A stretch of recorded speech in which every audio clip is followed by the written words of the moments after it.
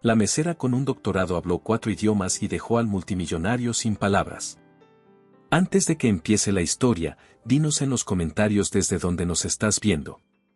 Disfrútala. 18 meses escuchándolo insultarme en mandarín sin decir una sola palabra. Me llamó máquina expendedora con delantal.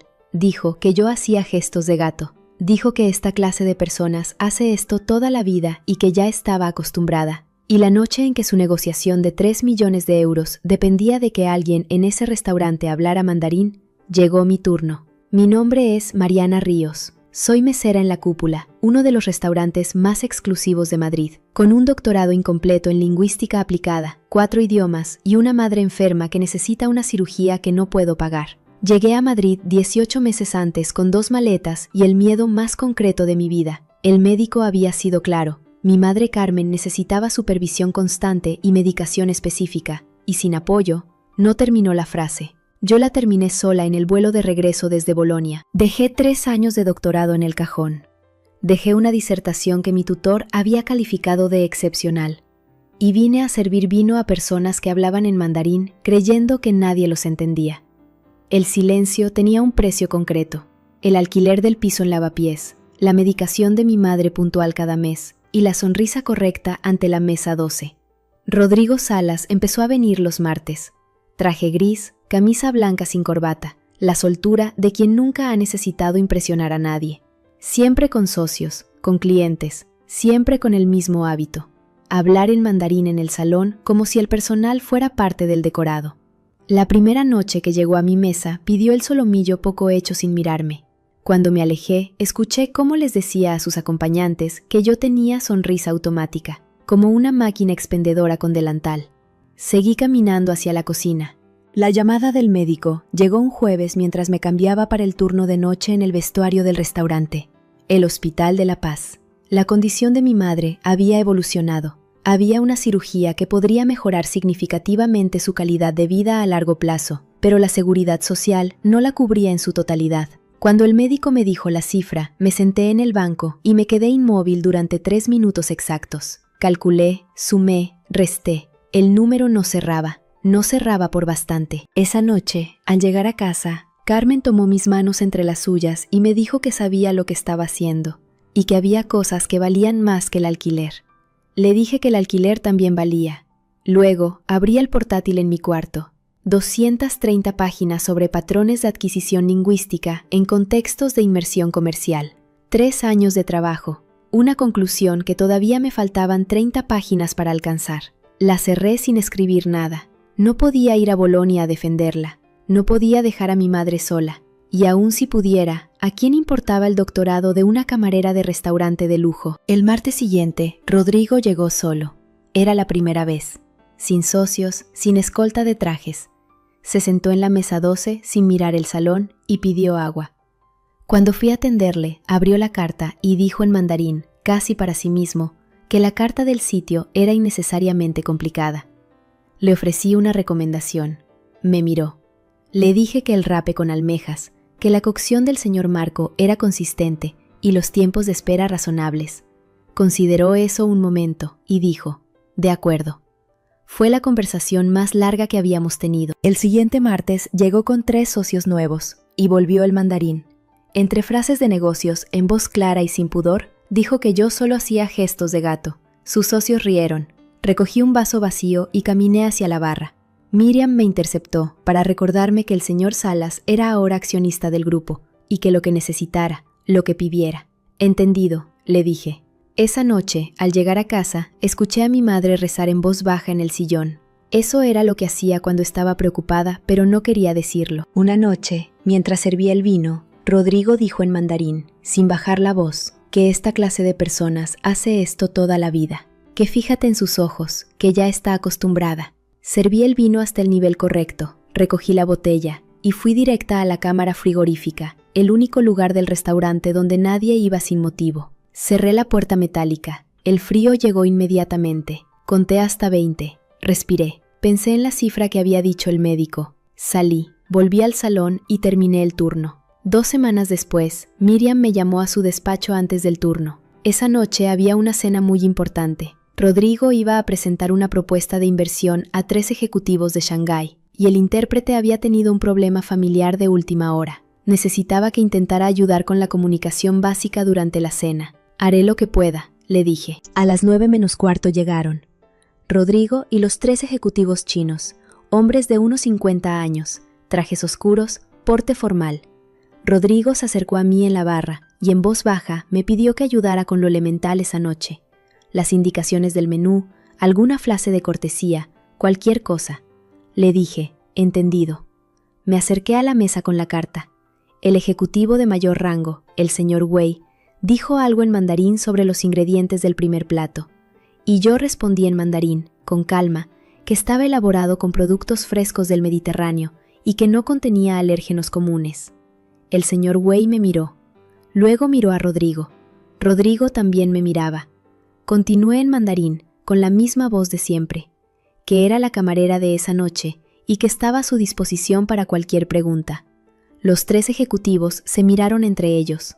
El señor Wei sonrió por primera vez en la noche. Expliqué los 3 platos en mandarín fluido, los métodos de cocción, los maridajes, la procedencia de los ingredientes. Durante la cena, traduje con precisión cada intercambio sobre la propuesta de inversión. Cuando un término técnico no tenía equivalente directo, lo expliqué con contexto. La reunión, que debería haber sido incómoda, fluyó. Rodrigo no cerró la boca en toda la velada. A los postres, el señor Wei me dijo que el proyecto les parecía sólido y que en principio estaban interesados en proceder. Se lo traduje a Rodrigo, que sonrió a sus clientes y propuso organizar una reunión formal la semana siguiente. Al marcharse, el señor Wei se me acercó y me dijo que mi mandarín era muy correcto. Rodrigo se quedó solo en el salón vacío y me miró recoger las copas de la mesa. Le alcancé el abrigo del señor Wei, que lo había dejado en la silla, y me fui hacia la entrada sin decir nada más. A la mañana siguiente, Miriam me llamó antes del turno. Rodrigo quería hablar conmigo esa tarde, antes del servicio. Llegué a las 6. Él ya estaba en la mesa 12 con 2 cafés. Me dijo que el día anterior había salvado una negociación de 3 millones de euros. Le dije que había hecho mi trabajo. Me dijo que mi trabajo era servir la cena. Me preguntó dónde había aprendido mandarín así. Universidad de Bolonia, le dije. Lingüística aplicada. Mandarín, italiano, portugués, inglés. Me miró fijamente. Le dije que era camarera, con un doctorado incompleto. Me preguntó cuánto tiempo llevaba en el restaurante.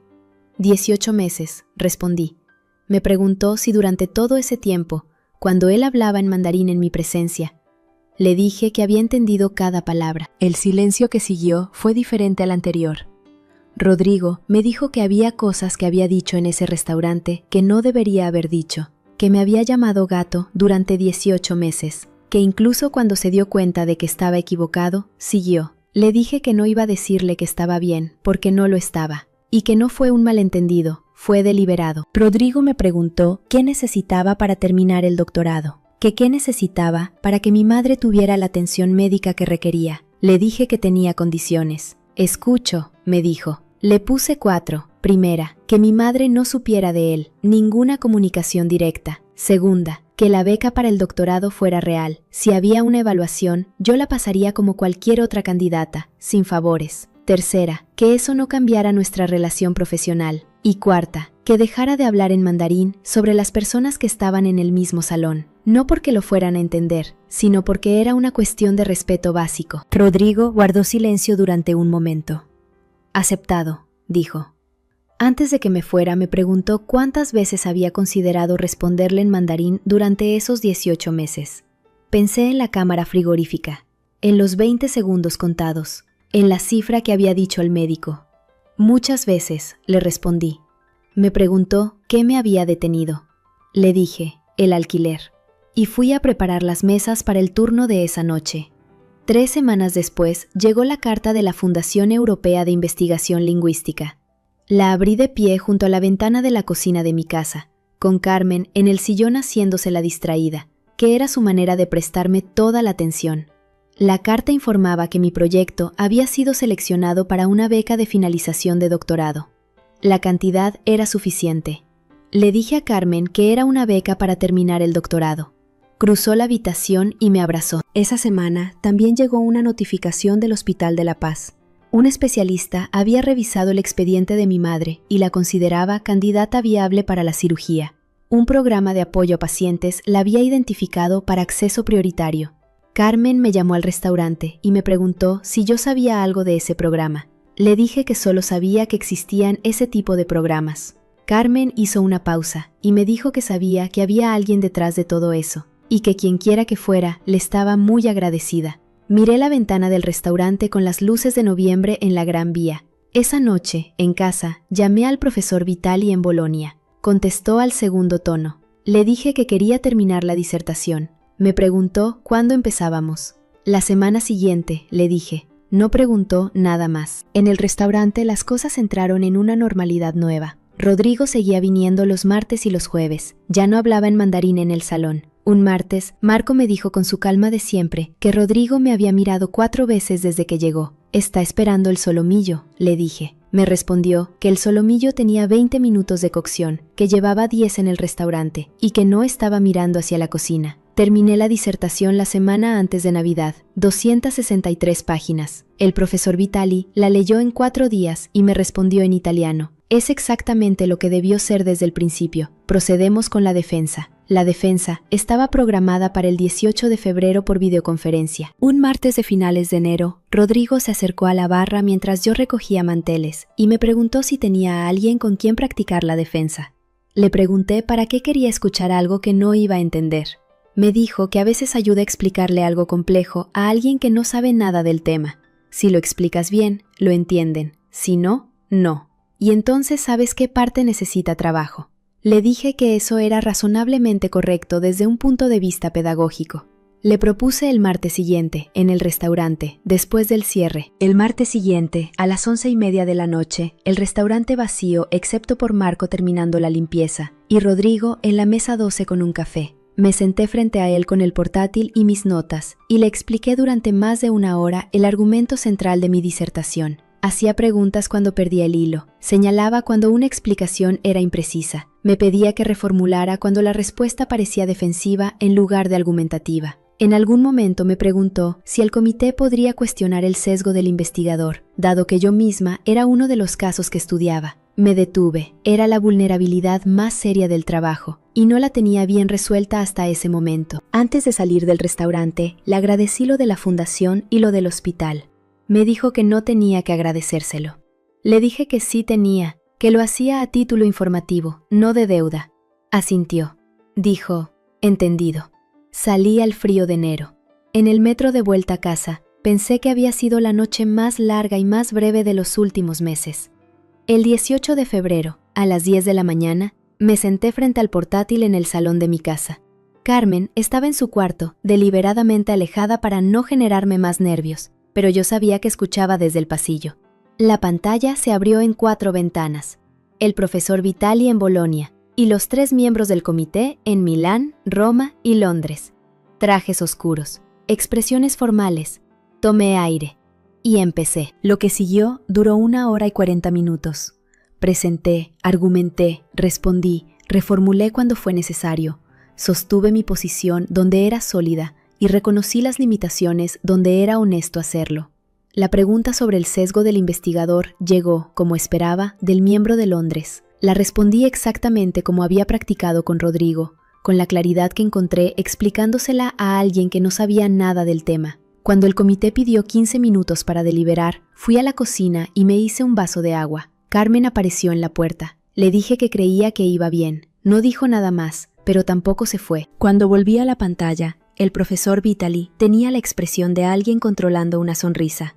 Dijo que la disertación había sido aprobada con la calificación de sobresaliente cum laude. Hizo una pausa. «Felicitaciones, doctora Ríos».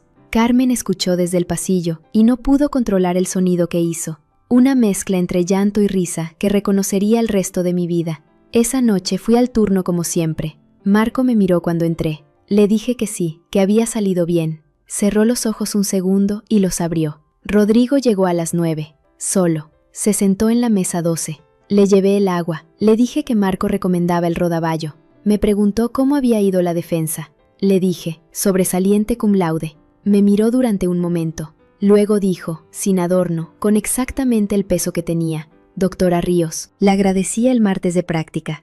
Me dijo que había sido útil también para él, que hacía tiempo que no escuchaba a nadie explicar algo que le importaba de verdad.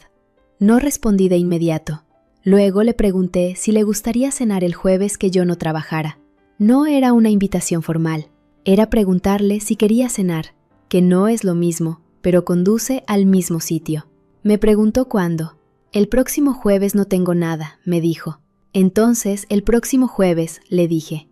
Tomé la carta de la mesa y me fui a la cocina. Marco estaba de espaldas. Sin girarse, me preguntó si le había invitado a cenar. Le pregunté cómo sabía eso. Me dijo que llevaba cara de haberle invitado a cenar desde que había entrado por esa puerta. Cenamos el jueves siguiente en un restaurante pequeño cerca del Retiro, sin manteles de lino ni candelabros, mesas de madera y carta escrita a mano. Rodrigo llegó antes que yo. Estaba de pie frente a la puerta, sin traje, con un jersey oscuro, y por primera vez desde que lo conocía, parecía alguien que no estaba haciendo nadie en particular. Hablamos de cosas que se descubren cuando dos personas que se conocen desde hace tiempo deciden verse sin los roles que les han asignado. Al final de la noche, caminando hacia el metro, me preguntó si seguía siendo como aquella tarde en la cafetería cuando le dije que no quería nada de él. Le dije que no, que había tenido que asegurarme de que lo que ofrecía era real antes de aceptarlo. Me preguntó si ahora estaba segura. Le dije, suficientemente, que todavía estaba mirando, pero que lo que veía iba en la dirección correcta. 6 meses después, mi artículo fue publicado en la Revista de Lingüística Aplicada. Presenté en el Congreso de Praga. Llovió los 3 días y no me importó. Mi madre fue operada. Los resultados fueron buenos. Y esa noche, cuando llegué a casa después de aquella primera cena, Carmen estaba despierta en el sillón. Me preguntó si era él. Le dije que sí. Me preguntó si era bueno. Pensé en la respuesta. Le dije que estaba siendo bueno, que es más difícil.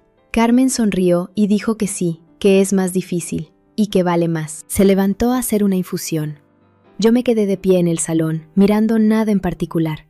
Pensé en la primera noche que llegué a Madrid, con 2 maletas y el frío de octubre, con la disertación guardada en el portátil como algo que ya no me pertenecía, con el miedo concreto de no saber si iba a poder con todo. Y pensé en ahora, la disertación publicada, la madre operada, el doctorado defendido, y un hombre que había aprendido, tarde pero real, que los idiomas que uno habla cuando cree que nadie entiende son exactamente los que más definen quién es. Carmen volvió del pasillo con 2 tazas. ¿Manzanilla o tila?, me preguntó. Manzanilla, le dije. Nos sentamos juntas en el sofá, en silencio, con las tazas calientes entre las manos. Afuera, Madrid seguía. Y yo, por primera vez en mucho tiempo, no pensaba en lo que faltaba, solo en lo que estaba. Si esta historia te llegó, dale like y suscríbete para no perderte la siguiente. Y cuéntanos en los comentarios qué calificación le das del 0 al 10. Te espero en el próximo video.